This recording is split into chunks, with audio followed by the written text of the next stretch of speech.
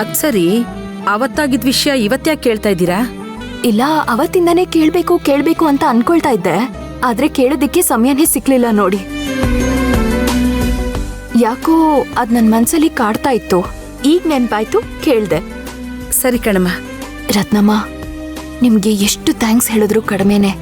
ನೀವು ಸುಮ್ನೆ ಇರಿಮ್ಮ. ಅದೇ ಡಾಕ್ಟರ್ ಹೇಳಿದ್ರು ಅರ್ಚನಾ ಬಂದಿದ್ರಿಂದಾನೇ ರಾಘವ್ ಬದುಕಿದ್ದು ಅಂತ. ಆದ್ರೆ ಅರ್ಚನಾನ್ ಕರ್ಕೊಂಡ್ ಬಂದಿದ್ದು ಯಾರು ಅಂತ ನಮಗ್ ಗೊತ್ತೇ ಆಗ್ಲಿಲ್ಲ.